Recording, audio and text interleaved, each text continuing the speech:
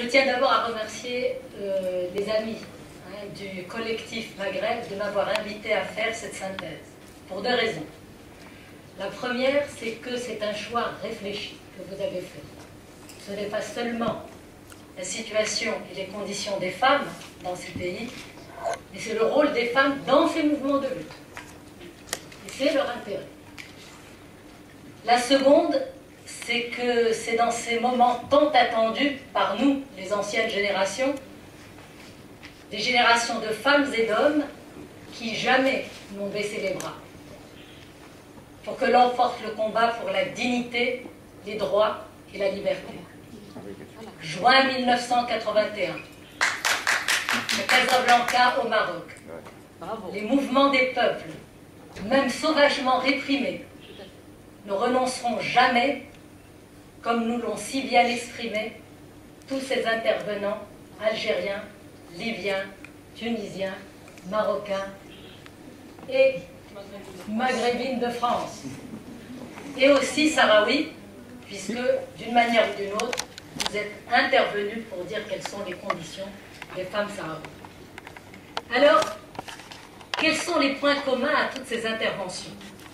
Je vais les partager en deux phases.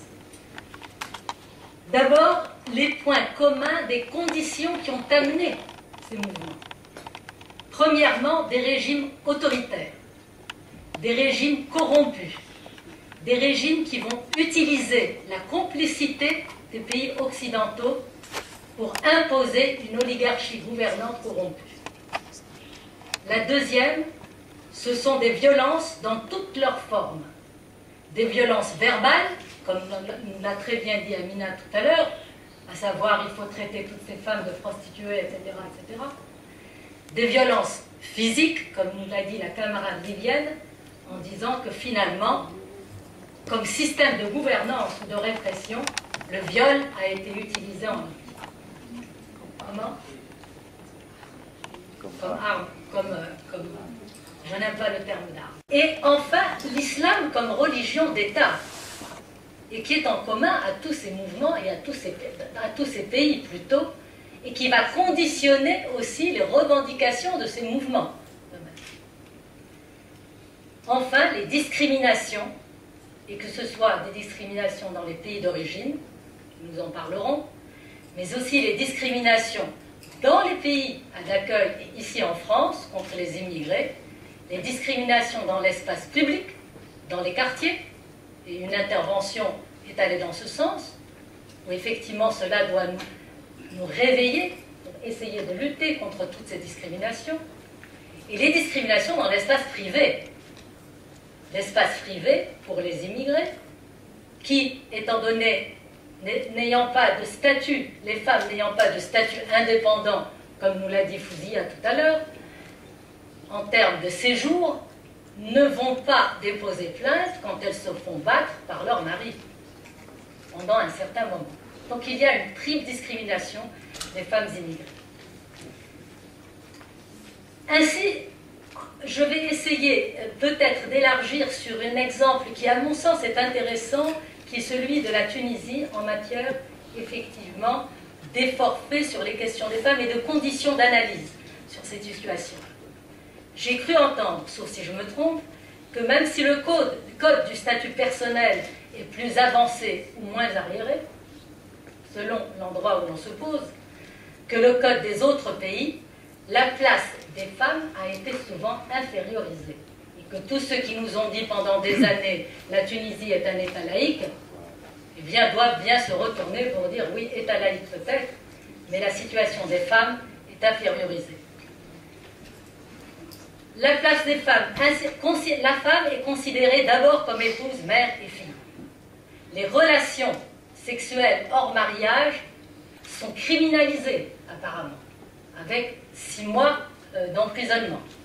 Alors qu'il n'y a pas de référence religieuse dans plusieurs situations, au niveau du code du statut personnel, il y a une filiation à la religion musulmane qui va se répercuter sur les questions d'héritage, de mariage, en particulier le mariage des musulmanes avec un non-musulman. Je brosse très largement ce qui a été dit parce que c'est très long, bien sûr. En Libye, en Algérie, en 89-91, il y a eu certaines libertés publiques, comme vous l'aviez si bien dit, mais très vite, les violences qui ont été effectivement pendant des années remarquées en Algérie ont affaibli et désorienté le mouvement des femmes et l'on a vidé les dispositions sur les discriminations aux femmes. Et c'est la raison pour laquelle on va trouver effectivement des situations où l'on va se dire, bon, essayons d'arracher quelque chose avant d'aller plus loin dans nos revendications. En ce qui concerne la Libye, depuis 1952, le taux de scolarisation est plus élevé chez les femmes que chez les hommes, ce qui, personnellement, m'a beaucoup étonnée. Et la raison qui a été donnée, c'est que les maris, finalement, étant obligés de travailler, devaient quitter l'enseignement, ils étaient obligés de travailler pour subvenir aux besoins de leurs femmes. Et que, automatiquement, les femmes ont continué, effectivement, à poursuivre leurs études. Depuis 1986, la répression contre les étudiants, qui, beaucoup d'étudiantes vont aller en exil. Au Maroc, la démocratie est de façade. Une démocratie de façade présentée pour crédibiliser les complicités des pays occidentaux. En signant beaucoup de chartes et de traités, comme le disait Riyad, on essaie de crédibiliser une certaine démocratie, mais on est en contradiction avec les réalités et le vécu dans le quotidien, non seulement dans le quotidien et dans les rues, mais aussi au niveau de la magistrature, au niveau des avocats. Et j'ouvre une parenthèse pour dire que Amina, dans son intervention, ne s'est pas référée à la Moudawana de 2004, au combat de toutes ces femmes pour faire avancer l'égalité homme-femme. Parce que le sujet de son intervention, c'était le rôle des femmes dans le mouvement du 20 février. Donc elle a centré, alors qu'elle aurait bien aimé en parler, elle a centré tout son débat autour de cette question. Donc maintenant, par rapport à ces vastes, disons, ces raisons un peu plus ou moins similaires hein, dans tous les pays du Maghreb, il y a plusieurs types il y a des similitudes dans les raisons des revendications, dans les revendications elles-mêmes. Je suis désolée, je perds mes papiers. Voilà, j'y suis. La première, c'est une revendication qui sont identiques, liberté, dignité. Et pour toutes les interventions, on est dans le sens où liberté et dignité n'est pas inséparable de l'égalité homme-femme. On ne peut pas parler de liberté et d'égalité et de dignité sans parler d'égalité.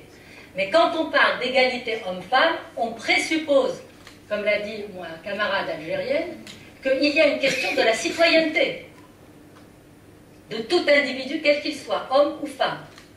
Il faut s'accorder même sur cette notion de citoyenneté, la reconnaissance de cette citoyenneté et donc d'un état de droit qui permette à chacun de s'exprimer en tant que citoyen et non pas sujet ni de Sa Majesté, ni de Monsieur le Président de la République. La peur a changé de camp, apparemment. Et cela pour tout le monde.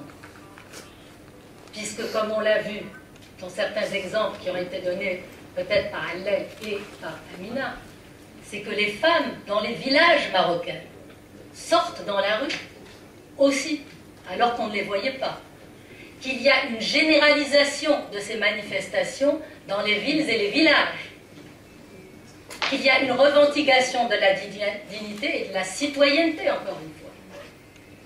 Et que cela est nouveau malgré la répression. Amina a subi la répression le 22 mai, on le sait. D'autres ont subi une répression encore plus importante. Des hommes sont décédés, dont dernièrement Kamel Ammari.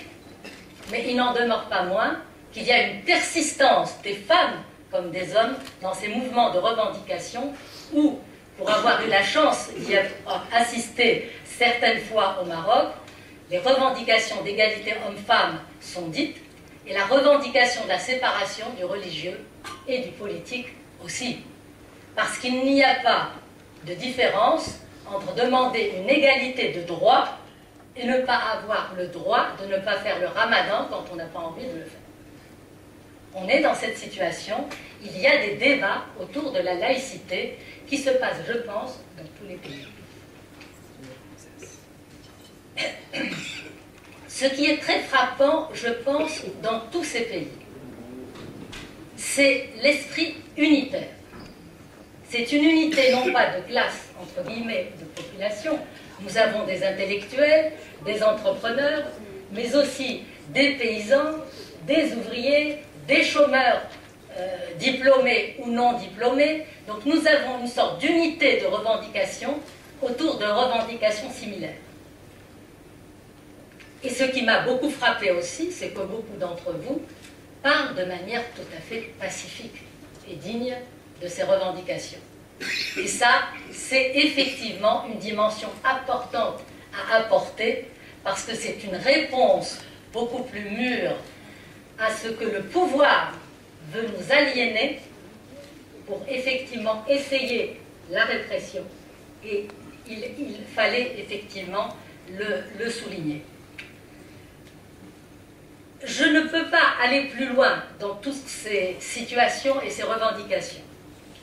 Mais je ne souhaiterais pas oublier d'abord les femmes en Mauritanie, qui font partie intégrante du Maghreb, et qui, dans les faits, subissent l'esclavage. Les réfugiés, bien sûr, et surtout subsahariennes, et qui vont de leur pays jusqu'au camp de réfugiés au Maroc, par exemple, à Oujda, après s'être fait violer de manière répétitive. Il ne faut pas non plus les oublier dans nos revendications et dans tous les pays où il y a ces mouvements de revendication. Hommage bien sûr à ces femmes iraniennes, surtout, et le mouvement des Verts, parce qu'effectivement, c'est une leçon de résistance qui a été faite avec des formes tout à fait modernes, comme le sont les dessins animés sur ces questions de liberté et d'égalité hommes-femmes. Je vous remercie. Espérons, au-delà des Iraniennes, espérons que les Saoudiennes pourront sortir de l'obscurantisme où les confine la monarchie saoudienne.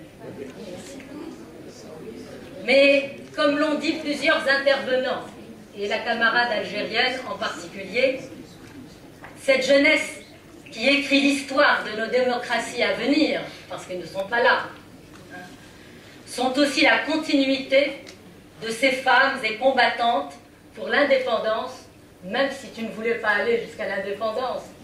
Mais il y a un lien, l'indépendance de leur pays, des femmes détenues, parfois assassinées pour leurs idées, des femmes exilées, séparées de tout lien familial, mais souvent femmes oubliées. Espérons que ce mouvement ne les oubliera pas. Elles ont écrit la mémoire des peuples dans la souffrance, dans le déchirement, dans l'abnégation totale, mais surtout dans la persévérance éternelle. Et c'est pour cette raison que vous faites la continuité de ces mouvements. Nous avons besoin de cette endurance pour que jamais le mépris l'emporte sur la dignité.